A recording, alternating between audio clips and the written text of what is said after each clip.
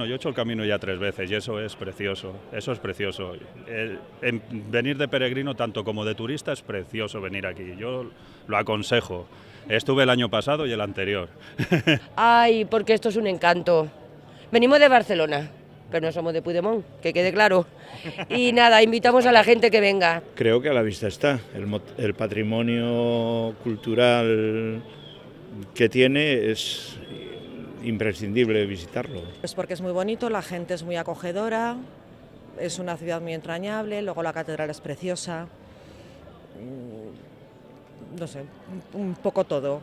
Porque es bonito y es una experiencia nueva, los que no hayan venido por lo menos haciendo el camino, sea cual sea, ¿no? Para mí personalmente, pues yo en la iglesia estuve varias veces, a mí me apasiona la arquitectura en sí, teniendo en cuenta en el siglo en que fue construido, cómo se pudo los ingenieros hacer semejante obra monumental, encastrar las piedras con tanta precisión, sin cemento, es una inteligencia poco común, impresionante.